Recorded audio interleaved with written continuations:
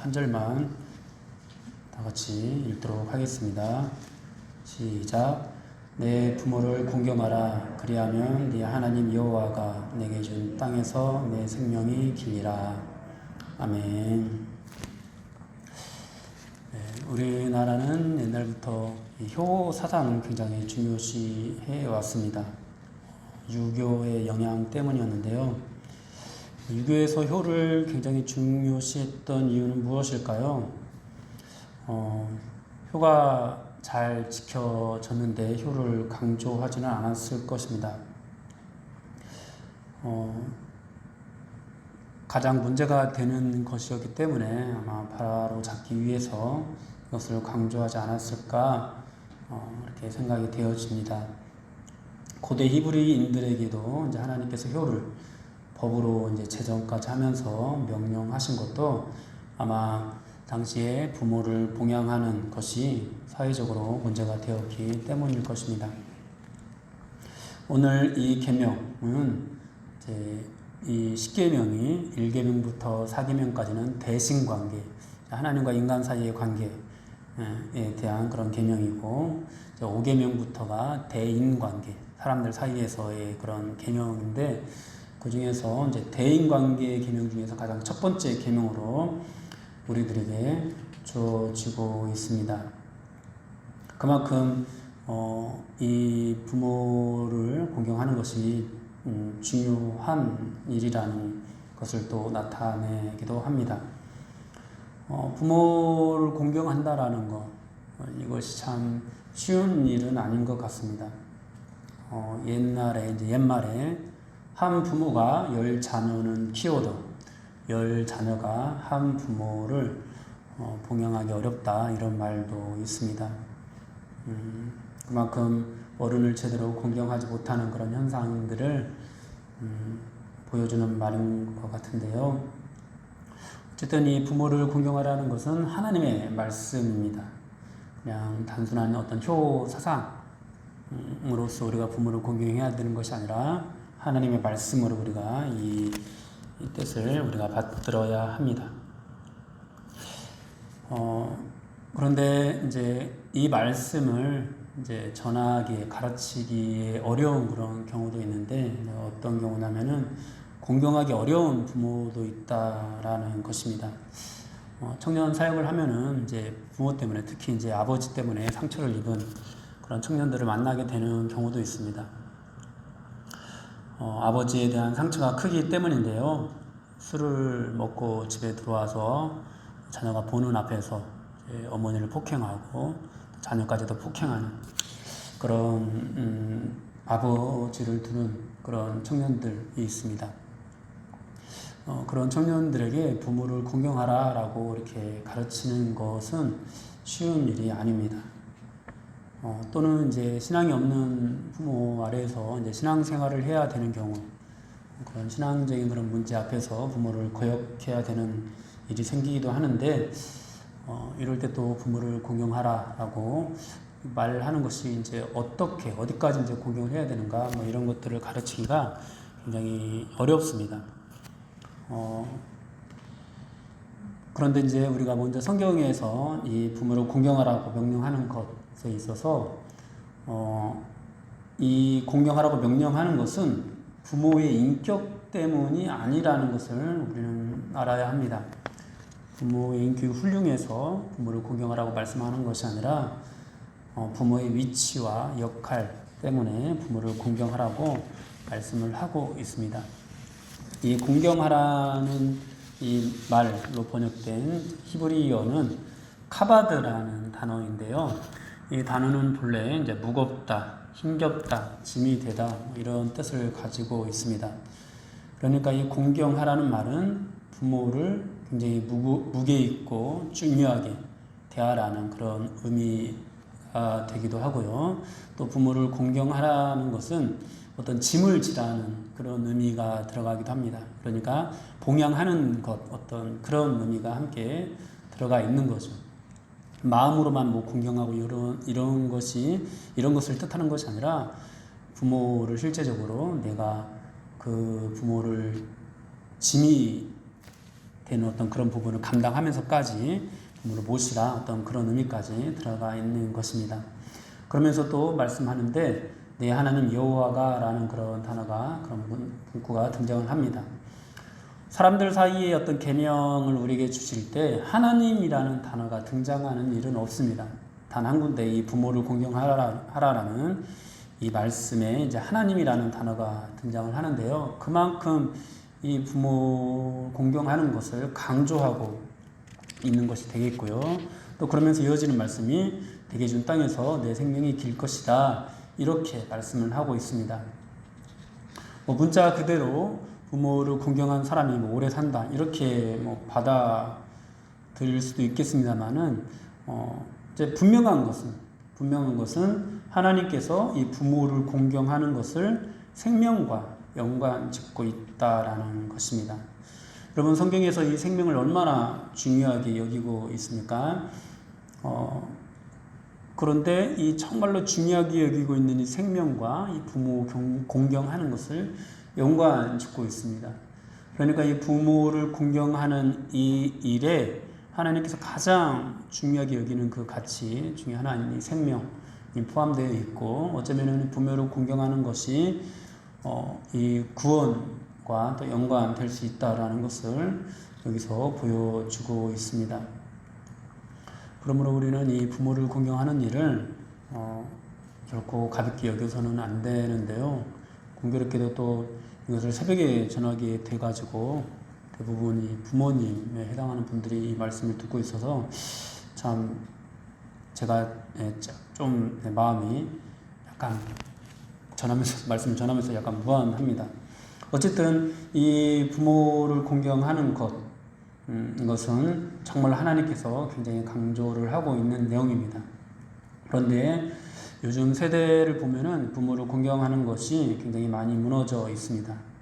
특히 요즘 아이들 보면은 나이만 먹고 덩치가 커졌는데 정신 연령이 이제 옛날 같지 않은 그런 모습들을 많이 보게 되는데요. 아마 그것은 이제 텔레비전이나 게임 이런 것들을 가까이 하면서 자랐기 때문이 아닌가.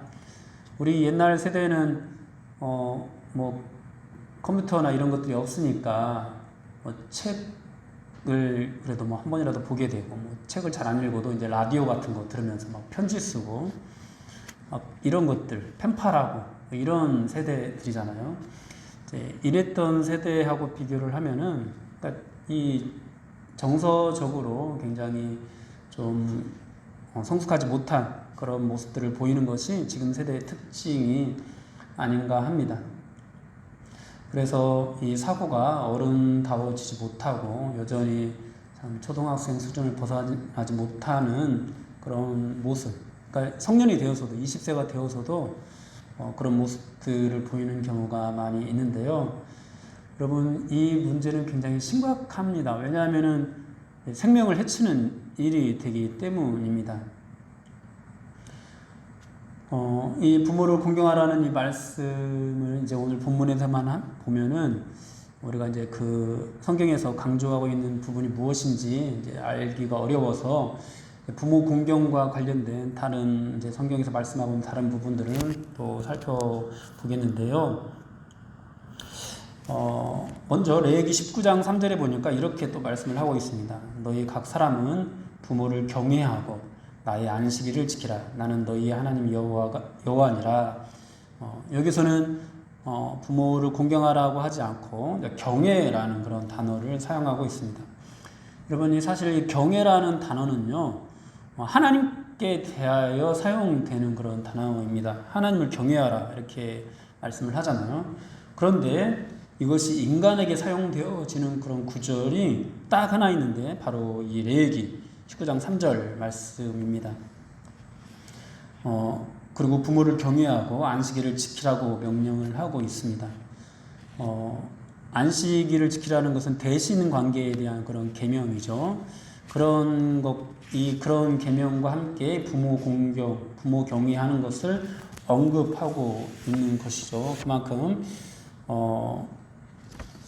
중요하게 부모 공경하는 것이 이 하나님을 경외하는 것만큼 중요하다라고 강조하는 것이 될 수가 있고요.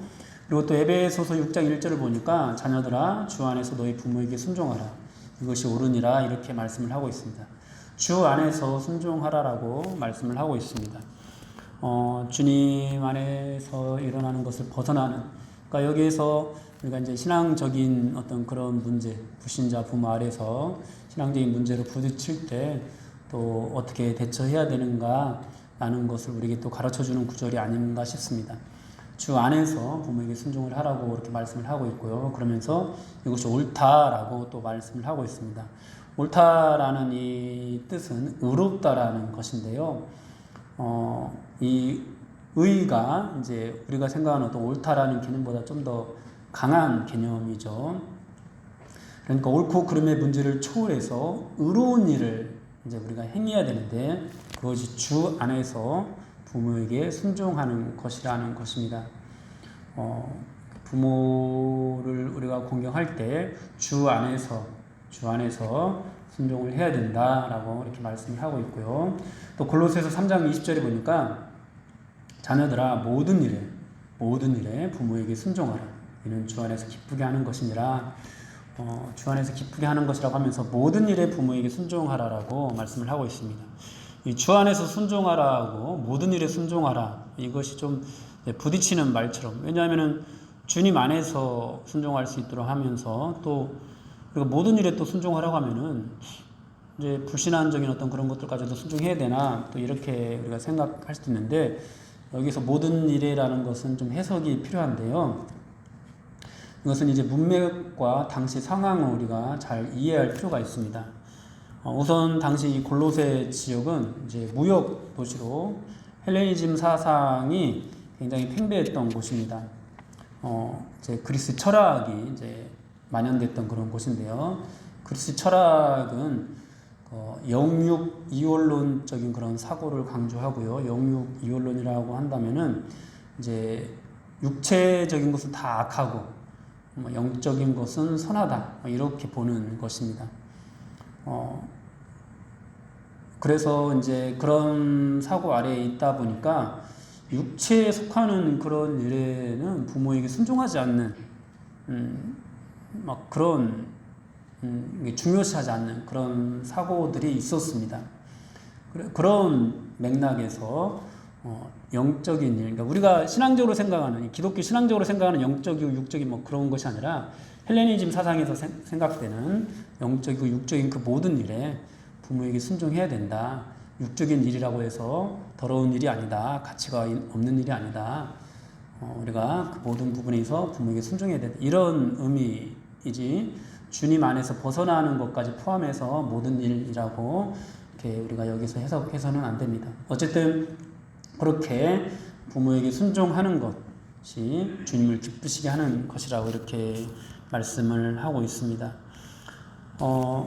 종합해 볼 때 하나님께서 우리에게 십계명을 통해서 부모를 공경하라고 명령하라고 하는 이 말씀은 부모를 대함에 있어서 경외하는 마음, 하나님을 대하는 것처럼 경외하는 마음으로 하고, 또 주 안에서 순종하고 영육간의 모든 일에 순종하라는 어떤 그런 뜻이 되겠습니다.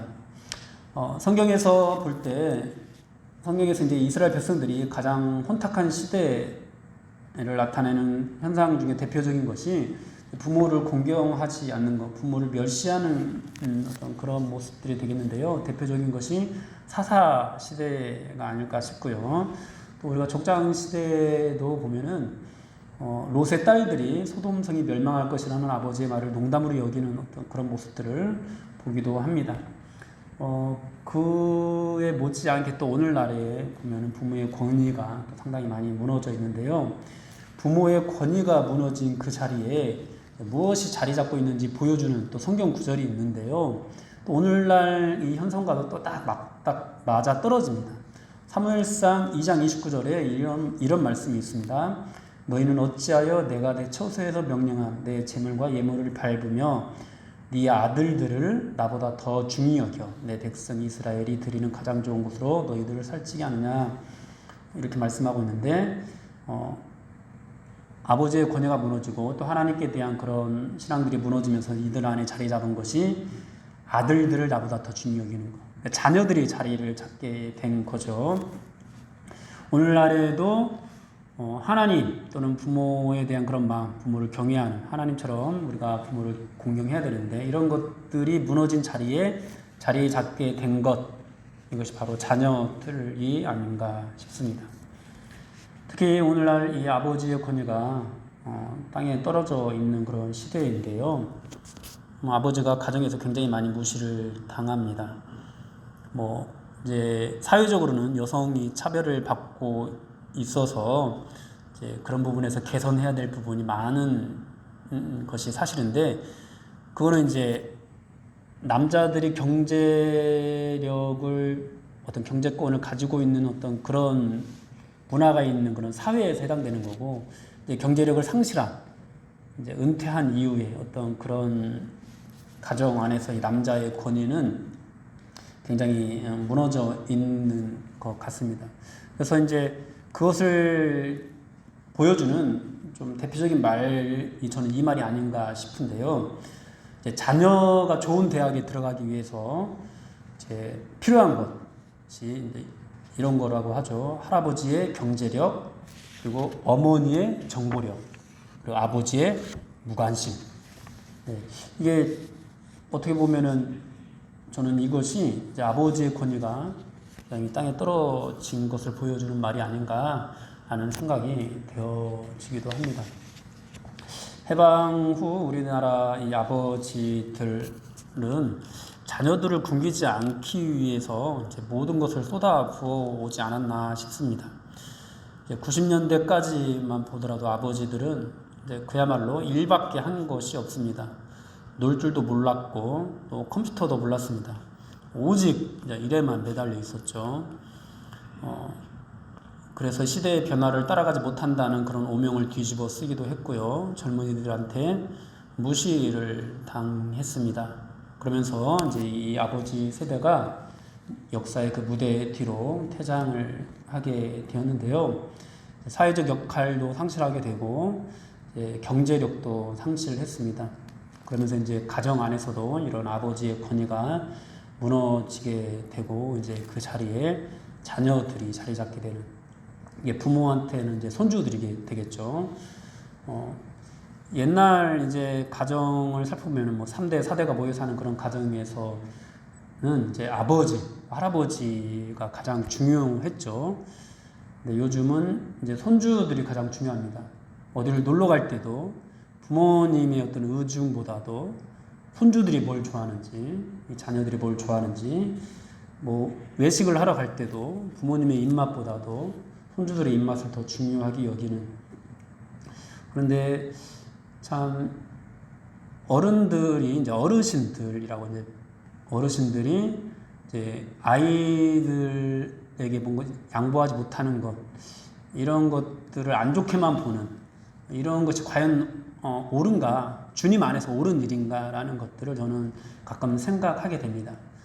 어린아이가 먹기 싫은 것 또는 가기 싫은 곳이 있어도 집안의 어른이 그것을 기뻐한다면, 좋아한다면은 아이들을 가르쳐서라도, 아이들을 때려서라도 어른들께 맞출 수 있도록 우리가 그런 것들을 좀 교육할 필요가 있지 않을까 하는 생각을 오늘 이 전체적인 하나님의 말씀을 보면서 이제 생각하게 되는데요.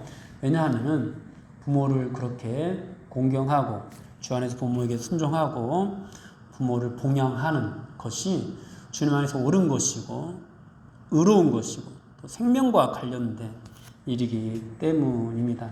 그런데 또 우리가 한 가지 또 알아야 될 것이 이제 에베소서에서 주 안에서 부모에게 순종하라라는 그런 말씀, 6장 1절 말씀인데요.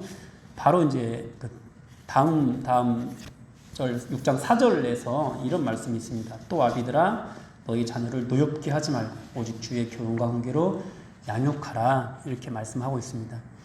그러니까 때로는 이 부모의 권위를 부모 스스로가 이제 잃어버리게 되는 경우도 있기 때문에 이런 말씀을 우리에게 주고 있는 것이 아닌가 싶은데요. 부모 스스로가 지나치게 권위만을 내세울 때 이제 공경을 잃어버리게 되는, 권위를 잃게 되는 그런 경우도 있지 않은가 싶습니다. 이제 그래도 좀 도시 지역에 사는 분들이나 요즘 세대의 어떤 그런 부모상은 좀 그런 것들이 덜 나긴 한데, 옛날 우리 부모님들, 특히 이제 시골에 계시는 분들은 이제 권위만 내세우고, 이제 자녀들은 더 이상 자기 손 안에 자기 역량 아래 없으니까 그 권위로 이제 자기 아내만 막 굉장히 어렵게 하는 그런 모습들을 좀 보이기도 합니다. 그런데 여러분, 그 6장에서 부모를 공경하라라는 그 말씀 앞에 5장 마지막 부분에, 또 에베소서 5장 마지막 부분에 나온 것이 뭐냐니까, 이제 남편들은 아내를 사랑하고 아내는 남편을 공경하라는 그런 말씀이거든요. 부모의 권위가 이제 자녀들 앞에서 세워지는 것은 부부 간에 서로 그렇게 사랑하고 공경할 때가 아닌가 싶습니다. 그러니까 아버지의 권위가 이 가정 안에서 가장 잘 세워질 수 있는 가장 좋은 방법은 아내를 사랑하는 것이라는 거죠. 아내를 무시하고 막 이제 자기 힘이 없어지니까 어떻게든지 권위를 막 세우려고 막 하면서 막 아내한테 막 모든 것들을 막 이제 다 강요해버리는 그런 것이 아니라 진심으로 아내를 사랑하고, 그러면서 그런 남편을 아내는 또 공경하는 그런 모습을 보일 때 부모가 가정 안에서 가장 큰 공경을 받는 어떤 그런 비결이 아닐까라는 그런 생각을 하게 됩니다. 말씀을 맺겠는데요. 하나님께서 부모를 공경하라고 말씀을 주신 것, 이것은 단순한 효 문제 이런 것에만 있는 것이 아니라 생명과 관련된 그런 문제라는 것, 그리고 이 부모를 공경하는 것 안에 주 안에서 부모에게 순종하고, 그리고 봉양하는 것, 이런 것들까지도 포함하는 것이라는 것, 주님을 기쁘시게 하는 것이고 또 의로운 것이라는 일이라는 것을 우리가 기억해서 부모를 우리가 공경할 수 있어야 되겠고요. 그러면서 이 자리에는 또 부모님들만 계시니까 한 가지 덧붙이자면은, 자녀를 노엽게 하지 않는 부모 스스로가 권위를 세울 수 있는, 공경받을 수 있는 어떤 그런 모습들도 우리가 갖춰갈 수 있도록 해야 되겠습니다. 무엇보다도 손주 중심의 문화, 이런 가정의 문화, 참 어른들이 이것을 듣기보다도 이제 젊은 세대가 이제 자녀를 키우는 이제 제 또래의 어떤 세대가 이 말을 또 들어야 되지 않을까 싶긴 한데, 어쨌든 손주 중심의 문화가 결코 좋은 것은 아니다라는 것을 우리가 또 알아야 될 것 같습니다. 오늘 그렇게 하나님의 의를 이루고 하나님을 기쁘시게 하는 저와 여러분들이 되기를 주님 이름으로 축원합니다.